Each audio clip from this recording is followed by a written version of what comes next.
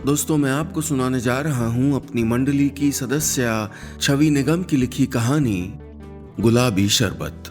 छवि निगम लखनऊ में रहती हैं, कॉलेज में पढ़ाती हैं और बहुत सा सामाजिक कार्य भी करती हैं कई एनजीओ से जुड़कर। आइए सुनते हैं उनकी लिखी कहानी। शरबतों पर की गई अपनी रिसर्च के नतीजे के तौर पर मैं कह सकता हूं कि वो कई किस्म के हो सकते हैं, दक्षिणपंथी भी और वामपंथी मिजाज के भी, यानी कि आम, लीची, खस, केवड़े की मिठास से लेकर तीखी शिकंजी, खट्टी अमिया, चटपटा जलजीरा वगैरह वगैरह वगैरह। लेकिन वो आवेश जो एक हसीन बीवी अपने मायके से लाए गुलाब की पंखुड़ियों, खसखस, काली सफ़ेद मिर्चों और ख़ास किस्म की तिलस्मी पुड़ियों से तैयार करके अपने हुड़क चुल्लू शौहर को थमाती है, उससे बेहतर दुनिया का कोई शरबत हो ही नहीं सकता। और खुदा न खास्ता अगर कभी पति का स्वाद जरा बदला भी तो फूलों की रानी बहारों की मलिका टाइप की इन पत्नियों को रणचंडी बनने में 1 मिनट नहीं लगता। मेरी तरह हर किस्म का शौहर इसी आतंक तले जीता है। सो कॉल्ड घर का शेर पति भी, वो शहसवार मियाँ भी जो आंगन के मैदान जंग में गिरकर भी उठ खड़ा होता है, और वो खाविन भी जो जानू, बेबी वगैरह वगैरह नामों से पुकारे जाने पर खीसे निपोरा करता है। मैं वो गिनी पिग टाइप शौहर हूं जिस पर उसकी नाजुक मिजाज बीवी नए नए प्रयोग किया करती है। आजकल मैं सर्जिकल स्ट्राइक करने के अंदाज में गुपचुप घर में दाखिल होता हूं, लेकिन बॉर्डर पार करते ही शहद में डूबी एक आवाज मेरे कानों से टकराती है। अरे आ गए आप, एक नई चीज सीखिए, आपका जरा सा कोऑपरेशन चाहिए प्रशांत। ये कहते हुए कशिश यानी मेरी साल भर की शादीशुदा बीवी अपने बाल पीछे की ओर झटकते हुए सदा से मुस्कुराती है कि मैं बस क्लीन बोल्ड हो जाता हूँ, और चिड़ियाघर में बाड़े के अंदर घास चबाते हिरन की तरह आंखें झपझपाते हुए कहता हूँ, हाँ जानू बताओ ना प्लीज, क्या करना होगा मुझे। उसकी मुस्कुराहट और कातिल हो जाती है। यू सो स्वीट, आपको ना बस जरा सा, कहते हुए वो नजरों की धार और तेज कर लेती है, और मैं खुद को ऐसे ही उसकी मर्जी के हवाले कर देता हूं जिस तरह एक लाचार मतदाता खुद को 5 साल के लिए बहुमत के हवाले कर देता है। दरअसल इस पूरी कवायद की शुरुआत कोई महीने भर पहले हुई थी। रोमांस जताते जताते मेरा रोम रोम अब उबने लगा था। रोजाना के उसी गुलाब के अर्क और शीरे से जुबान चिपचिपाने लगी थी। 2 बित्ते की स्पेस को मन तरसने लगा था यार। ऑफिस में सर खपा के लौटने पे मेरा दिल करता कि सुकून की 2 सांसें ली जाएं, पर उसमें पहले से सुकून से बैठी कशिश की 2 सांसें और जुड़ के स्यापा कर जाती। सोशल मीडिया पे टहलता तो पीछे से कशिश कहती, मुझे भी दिखाइए ना प्रशांत, मुझे भी दिखाइए ना प्रशांत। कभी पड़ोस में ताका झांकी करते हुए मैं गुनगुनाता, मेरे सामने वाली खिड़की में। तभी कशिश मेरे कंधे से टिक के कहती, आज वो सुनाइए ना, ये दौलत भी ले लो, ये शोहरत भी ले लो। उफ, उसकी जुल्फ की जंजीरों से आज़ाद होने की कोशिश करते हुए मैंने उसको समझाया था कि अपनी बोरियत ख़त्म करने के लिए उसे कुछ करना चाहिए, कोई नया कोर्स, कोई हॉबी क्लासेस वगैरह। मैं बुदबुदाया, जैसे लेमन स्क्वॉश या काला खट्टा बनाना, लेकिन उसकी चमकती आंखें तो कहीं और टिक रही थीं। चमक भी कई किस्म की होती है। अंधेरे में कौंधती रोशनी राहत देती है तो बादलों की कड़क के बीच बिजली डरा देती है।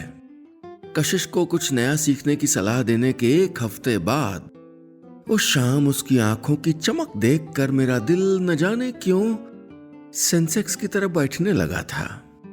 लेकिन उसी पल चुनावी वादों की तरह कशिश का सब्ज दुपट्टा लहराया और मेरी अक्ल पर पर्दा पड़ गया। रोमांटिक अंदाज में मैंने कशिश की ओर हाथ बढ़ाया, पर बजाय मखमली छुअन के मेरी उंगलियों में कुछ सख्त चुभन महसूस हुई। मैं चिहुक पड़ा। उसके हाथ में एक अजीब सी लकड़ी की चीज थी जिसमें कुछ कांटे जैसे निकले हुए थे। आओ देखा न ताओ, कशिश ने उसी चीज को मेरी उंगली में गड़ा दिया। हाय, क्या ये? दर्द से मेरी आवाज तेज हो गई। फिर कशिश के उतरे चेहरे को देख के तुरंत मुलायम भी हो गई। डार्लिंग, क्या सिखाए तुम? जैसे कोई नेता किसी भूखे को विकास का गणित समझाए, वैसे वो मुझे बताने लगी। अरे एक्यूप्रेशर है ये प्रशांत। जानते हो अगर बॉडी के प्रेशर पॉइंट्स पे दबाव दिया जाए ना तो शरीर की बहुत सारी प्रॉब्लम्स दूर हो सकती हैं। कहते हुए उसने दोबारा मेरी हथेली थाम ली और उस कलम नुमा यंत्र की नोक दोबारा मेरी उंगलियों में चुभोने लगी। हिलो मत प्लीज, जितना तेज दर्द होगा आराम भी उतनी जल्दी मिलेगा। बताना कैसा लग रहा है? मैं कुछ बोलने की हालत में कहाँ था। जिसे ऑपरेशन थिएटर की टेबल पर टंगे होने की फील आ रही हो और सामने एक अधकचरा झोला छाप डॉक्टर नजर आ रहा हो, वो बेचारा 7 जन्म साथ निभाने की कस्में याद करने के सिवाय कर भी क्या सकता है? फिर भी मैंने अपनी आखिरी इच्छा मिनमिनाने की कोशिश की। एक ग्लास चिल्ड लेमन स्क्वॉश मिल जाता तो। जवाब में उसने वो औजार और भी कस के मेरे घोंप दिया। वो मेरा भला कर रही थी या अपने प्यारे शरबत की तौहीन का बदला ले रही थी, मारे दर्द के मुझे समझ नहीं आ रहा था। मेरी उंगलियां, हथेलियां, कलाई, हाथ, पैर न जाने कहां कहां कौन कौन से बिंदु वो दबा रही थी और मुझे अपनी सारी खताएं, अपने सारे पाप एक एक करके याद आ रहे थे। मेरी हर करा, हर आ ओ पर उसकी आंखों की खूनी चमक बढ़ती जाती। उसकी कमर जरा सी और लचक जाती, होंठ और खतरनाक तरह से जुम्बिश करते और कंधे तक कटे उसके बाल माथे पर खूबसूरती से लहरा जाते। मेरी आंखों के सामने मानो ऐसी विदेशी फिल्म चल रही थी जिसके सबटाइटल्स गायब थे। पुराने दर्दों का क्या हुआ ये तो पता नहीं, लेकिन पोर पोर में जो नई तकलीफें जाग गई थीं वो तब जाके सो पाई जब मैंने बमुश्किल उसे राजी किया कि एक्यूप्रेशर में वो एक्सपर्ट हो चुकी है। अब उसे कुछ और नया ट्राई करना चाहिए। अब तो उस बात को भी कोई हफ्ता भर होने आ रहा था और मेरी छठी इंद्रिय फड़क कर मुझे होशियार कर रही थी कि भैया जल्दी तुम पे कोई नई मुसीबत आने वाली है। ऑफिस से लौटते हुए मैंने दूर से ही घर का निरीक्षण करना शुरू कर दिया था। सब ठीक ही नजर आ रहा था। शाम के हल्के धुंधलके में छोटी सी बगिया, उसके पीछे का बारामदा, खंबे, ऊपर दिखाई पड़ती छत की रेलिंग और मेरे सामने घर का दरवाजा, सब कुछ ठीक था। किसी नई क्लास में फटाफट सीखी गई हो ऐसी कोई कलाकृति भी नजर नहीं आ रही थी। बाइक से उतरते हुए मैंने अपना लैपटॉप बैग थपथपाया जिसमें इसी महीने की एक्सपायरी वाली नींबू की शिकंजी की बोतल रखी थी। रास्ते भर मैं प्लान करता आया था कि पहले इसे चुपचाप रख कर फिर किचन में अचानक इसे खोज कर एक्टिंग करूंगा कि अरे ये मरदूद कैसे बचा रह गया। खैर फेंकने से तो अच्छा है इस शिकंजी को खत्म कर लेते ना। ये तरकीब काम कर सकती थी, वरना तो इस मुद्दे पे वो किसी वकील से ज्यादा बहस कर चुकी थी। गुलाब से ना जिंदगी में प्यार महकता है, वरना नींबू संतरा पसंद करने वाले शौहरों की तो जुबान भी कड़वी हो जाती है। और काला खट्टा, तौबा तौबा, कैरेक्टर भी काला होता है ऐसे पतियों का। और स्क्वॉश से तो भगवान बचाए, जैसे उसमें फल नकली वैसे इंसान की फितरत भी नकली। लेकिन फेंकने से अच्छा इस्तेमाल कर लूं, इस लालच से कोई हिंदुस्तानी गृहस्थन कहां बच पाई है। ये सोचते हुए मैंने रियर व्यू मिरर में अपनी गब्बर सिंह मार्का शातिर मुस्कान को तारीफ भरी नजरों से देखा और दरवाजे की तरफ बढ़ गया। दरवाजा थोड़ा खुला हुआ था लेकिन अंदर अंधेरा था। शायद ये कशिश का कोई सरप्राइज हो, ये सोचकर मैं अंदर दाखिल हुआ। लैपटॉप बैग उतार के रखा और फिर शाहरुख खान के अंदाज में खड़ा हो गया। पेट अंदर, सर हल्का टेढ़ा, बायां पैर कुछ आगे निकाले और दोनों हाथ अलग अलग दिशाओं में पसारे हुए। अपनी बेसुरी आवाज को सुर में लाते हुए मैंने पुकारा, कशिश। लेकिन कोई प्रतिक्रिया नहीं हुई। अगले 2 मिनट में इसी तरह बेवकूफ बना खड़ा रहा। फिर हाथ आगे बढ़ाकर लाइट जला दी। कशिश वहां नहीं थी। मुर्गे की तरह टांग बढ़ाते हुए मैं किचन की तरफ बढ़ा, पर वहां भी अंधेरा था। लॉबी और कमरे भी अंधेरे में डूबे हुए थे। कशिश कहाँ हो यार? पुकारते हुए मेरे मन में अब आशंकाएं आने लगी। पिछले 2-3 दिनों से वो खोई खोई सी तो लग रही थी। मुझे जासूसी नजरों से टटोलती, जाने क्या गुणा भाग करती, कभी हंसती कभी उदास हो जाती। कुछ नई किताबें खरीद लाई थी जिनमें वो डूबी रहती थी। कल रात मैंने पूछ लिया था, किस्सा हातिम ताई पढ़ रही हो क्या? तो वो चौंक पड़ी थी। उस किताब को फौरन तकिए के नीचे छुपाते हुए टाल मटोल कर गई थी। कुछ खास नहीं, बस ऐसे ही। लेकिन कुछ तो चल रहा था उसके दिमाग में, पर क्या? अचानक मुझे एक जोर की सुबकी सुनाई दी तो मैं चौंक गया। देखा बेडरूम के एक कोने में कशिश रुआसी बैठी हुई थी। क्या हुआ कशिश, तबीयत तो ठीक है? यहाँ क्यों बैठी हो? पूछते हुए मैं उसे उठाने को हुआ कि उसने मुझे धक्का दे दिया और गुर्राई, पहले ये बताओ कहां कहां चक्कर चल रहा है तुम्हारा, धोखेबाज कहीं के। पांव तले जमीन खिसकना, काटो तो खून न होना, आंखों के आगे अंधेरा छा जाना, आसमान से गिरना, जमीन फट जाना, सांप सूंघ जाना, ये सब मुहावरे मैंने सिर्फ पढ़े थे, महसूस आज ही कर रहा था। बताओ कहां कहां चक्कर चल रहा है तुम्हारा? कशिश के वो अल्फाज मुझ पर उंगली ताने हुए जैसे चीख रहे थे। चैन से सोना है तो अब जाग जाओ और गौर से देखिए शख्स को। घबराते हुए मैं कशिश की आंखों की स्पॉटलाइट से हटा, लेकिन तभी सामने खुली हुई अलमारी और हर तरफ बिखरे सामान ने मुझे फिर घबराने पे मजबूर कर दिया। अरे इनकम टैक्स डिपार्टमेंट भी ऐसी क्या तलाशी लेता होगा जैसी कशिश ने ले डाली थी? क्या उसे किचन में चोरी छिपे शिकंजी रखने वाली मेरी योजना की भनक लग गई थी? पर कैसे? फिर भी बात तो अजीब है। माना कि गुलाब का शरबत उसे जान से प्यारा है, मगर फिर भी इतनी सी बात पे इतना बड़ा हंगामा है?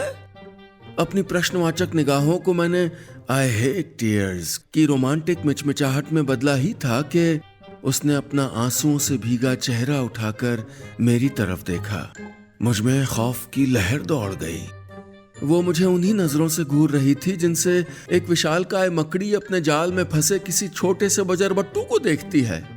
लगातार रोते रहने से उसकी आंखें लाल हो आई थीं, काजल फैल गया था और बाल बिखर गए थे। मेरी चंद्रमुखी अब सूर्यमुखी बन चुकी थी। भादों में भीगते पत्ते सा मैं कांप उठा। ये कोई छोटी मोटी गरज चमक के साथ बौछार नहीं बल्कि सुनामी थी। उपाय सोचने के लिए मैंने दिमागी घोड़े दौड़ाए, पर वो भी अड़के खड़े हो गए। मैंने बेडरूम नहीं, कोप भवन पे सावधानी से नजर फिराई। अपने गुस्से के अलावा फिलहाल कशिश के आसपास कोई भी नुकीली या धारदार चीज नहीं थी। धीरे से मैंने उसके करीब खिसक के पूछा, हुआ क्या जानू? कुछ बताओ तो सही। उसने मेरी नाक के नीचे कागज लहरा दिया। उसमें मेरी हथेली की स्याही की छाप थी। मुझे याद आया कि 2 दिनों पहले कशिश ने मेरी हथेली पर स्याही पोत कर एक कागज पर उसकी छाप ले ली थी। मुझे वो अजीब नहीं लगा था, क्योंकि ऐसे ही पिछले साल उसने एक कागज पे मुझको खड़ा करके मेरे तलवों का पेन से घेरा बनाया था और फिर बतौर सरप्राइज गिफ्ट मुझको सैंडल्स दी थी। पर यह मामला गंभीर था। मैंने कागज को पूरी ताकत से घूरा, लेकिन इस छाप में मेरा पति धोखेबाज है टाइप कुछ नजर नहीं आया। बस काले रंग की हथेली पर आड़ी टेढ़ी खड़ी लेटी गोल झुकी गहरी फीकी सी लकीरें कुछ पाइथागोरस का प्रमेय जैसा बना रही थीं। मेरे दिल में वैसी ही आशंका मंडराने लगी जैसी लोकसभा में बजट आने के दिन हुआ करती है। कहीं कशिश पामिस्ट्री में हाथ तो नहीं आजमाने लगी थी? ये क्या है जाने मन? जान बचाने को मैंने पोमेरियन का प्यारपन ओढ़ लिया। तुम्हारी बेवफाई का सबूत? वो एल्सेशन सी दहाड़ उठी। अब नहीं रहना मुझे तुम्हारे साथ, जा रही हूं मायके। फिल्मी अंदाज में यह घोषणा करके उसने फिर सुबकना शुरू कर दिया। मेरा डर सच निकला।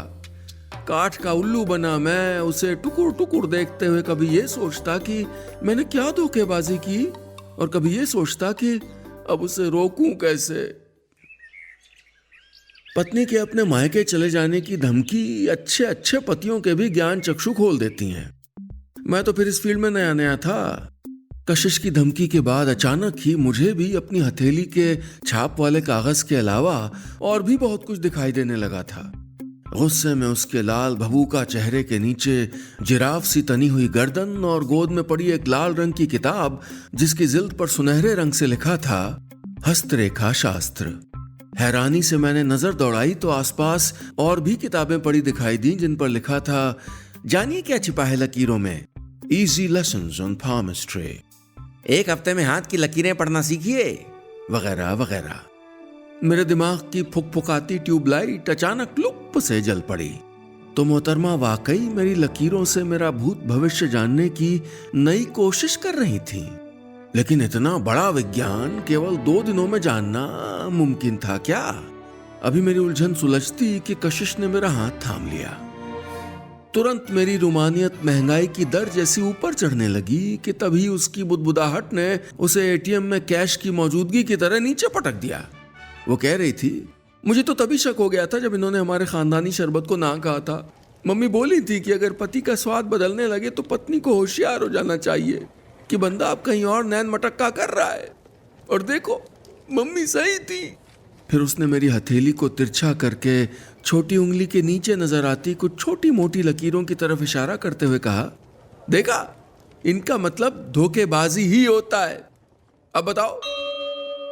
मैं अपनी पड़ोसन देवीना की दिलकश मुस्कान में अक्सर डूबा किया था।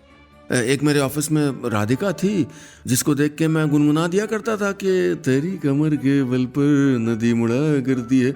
बचपन में एक टीचर भी थी। मेरी जिंदगी का पहला प्यार मेरे कंधे पर उनकी उंगलियों की छुअन से शुरू हुआ था और उनके थप्पड़ पे खत्म। लेकिन सत्यानाश, क्या ये सब मेरी हथेली पे छप गया होगा? ये सोचते हुए मैंने अपना हाथ एक बारगी पीछे खींच लिया, पर उसे मनाना जारी रखा। अरे मेरी भोली कशिश, जल्दबाजी में ऐसे अंदाजे नहीं लगाया करते। आगे मेरी आवाज फंसने लगी। अच्छा चलो, अपना वो शानदार गुलाबी शरबत तो पिलाओ। लेकिन आज उसका दिल पसीजने वाला नहीं था। उजड़े किसानों की तरह इधर मैं दुहाई देता रहा और उधर वो अघाए पूंजीपतियों की तरह अपने अटैची और बैग भरती रही, मतलब कपड़े वगैरह से। तभी उसे रोकने की मुझे एक तरकीब सूझ गई। उसके उफनाते कपड़ों को देखकर मैंने मुंह बिचकाया। ये पुरानी ड्रेसेस लेके मायके जाओगी क्या? सोचो वहां सब क्या कहेंगे। नहीं नहीं नहीं नहीं, चलो कल शॉपिंग पे चलते हैं, फिर ठाठ से घुमाना। ये तरकीब काम कर गई। वो ठिठक गई और मैंने चैन की सांस ली। हालांकि मैं जानता था कि ये चैन ज्यादा टिकने वाला था नहीं। रात अभी बाकी थी और बात तो अभी बाकी ही थी। कशिश छत से लटकते पंखे को गौर से देख रही थी। जरूर वो मेरी किसी प्रेमिका को उसी पंखे से लटकाने की कल्पना कर रही होगी, इसीलिए वो बीच बीच में मेरी तरफ मार दिया जाए कि छोड़ दिया जाए के अंदाज में नजरों की बर्छी फेंक देती। 4 कुशनों का बंकर बनाए मैं दीवार की तरफ थोड़ा और सिकुड़ जाता। इस दौरान मैं मन ही मन अपने बचाव की हर तरकीब सोच रहा था, हर तहरीर रिहर्स कर रहा था। साथ ही अपने लैपटॉप पर पामिस्ट्री के बारे में सर्च भी करता जा रहा था। सुबह होते होते मेरा कॉन्फिडेंस लौटने लगा था। नेट पर पढ़ने और कशिश की किताबें उलटने पलटने के बाद मुझे समझ आ गया था कि किसी भी विधा को इस तरह फटाफट हासिल नहीं किया जा सकता। लेकिन मैंने ये सब कशिश को अगली सुबह नहीं बल्कि शाम को बताया, तब जब शॉपिंग और डिनर करने के बाद हम घर लौट रहे थे। उसका मूड अच्छा हो चुका था। बाइक खड़ी करके मैंने कशिश को बाहर ही रोक लिया। उसका हाथ अपने हाथों में लेते हुए मैं फुसफुसाया, Kashish, I love only and only you. सच में। कुछ पल सोचने विचारने के बाद वो मेरी बाहों में सिमट आई तो फाइनली मैंने चैन की सांस ली। ऊपर के सितारों और अपने सितारों का शुक्रिया अदा किया। अपनी अक्लमंदी पे मैं फिदा होता, इससे पहले कशिश की सुबकी की आवाज ने मुझे चौंका दिया। तुम फिर से रो रही हो कशिश? पूछते हुए मैं अचकचा गया। उसने अपना सर मेरे सीने में छिपा लिया। फिर उसकी रूंधी हुई आवाज आई, मैं कुछ ठीक से नहीं कर सकती, कुछ नया नहीं सीख सकती। कितनी बुद्धू हूं मैं। मेरे दिल पे चोट लगी। मैं उसे इस तरह टूटा हुआ नहीं देख सकता था। अपनी लकीरों में छिपे किसी रहस्य के पर्दाफाश होने की कीमत पर भी नहीं। वो ड्रोन की तरह मेरे सर पे मंडराती रहे तब भी नहीं। गुलाब के अर्क के ख्याल से ही उपकाई आए तब भी नहीं। मैं उसे यकीन दिलाने में लग गया कि वो मेरे लिए वैसे भी बहुत खास है, इसलिए किसी कोर्स वोर्स के पीछे परेशान ना हो। वो शांत हो गई, बल्कि घर के अंदर आते आते मुस्कुराने भी लगी। लेकिन कुछ नया आ रहा है दिमाग में, साथ दोगे ना? किसी ऊंट की तरह मैंने ऊपर नीचे गर्दन हिला दी और फुसफुसाया, अच्छा फिर तो कुकरी क्लास देख लो, सीख लो कोई नया शरबत। उसके बाद तो उसके गुस्से का वो विस्फोट हुआ कि लंबे वक्त तक मैं गर्दन हिलाने के काबिल नहीं रहा। खैर ये भी 4-5 दिन पुरानी बात हुई। फिलहाल मैं तख्त पर कुकुरमुत्ता बना उस पेंडुलम को दाएं बाएं हिलते देख रहा हूं, जिससे कशिश मुझे हिप्नोटाइज कर रही है। मेरे जहन में गुलाबी शरबत छलक रहा है और मैं मन ही मन खुद को दुत्कार रहा हूं कि मुझे क्यों अपने शरबत का स्वाद बदलने की सूझी थी। और इधर कानों में कशिश की गहरी आवाज गूंज रही है, अब तुम्हारी पलकें भारी हो रही हैं, तुम्हें नींद आ रही है, सो जाओ।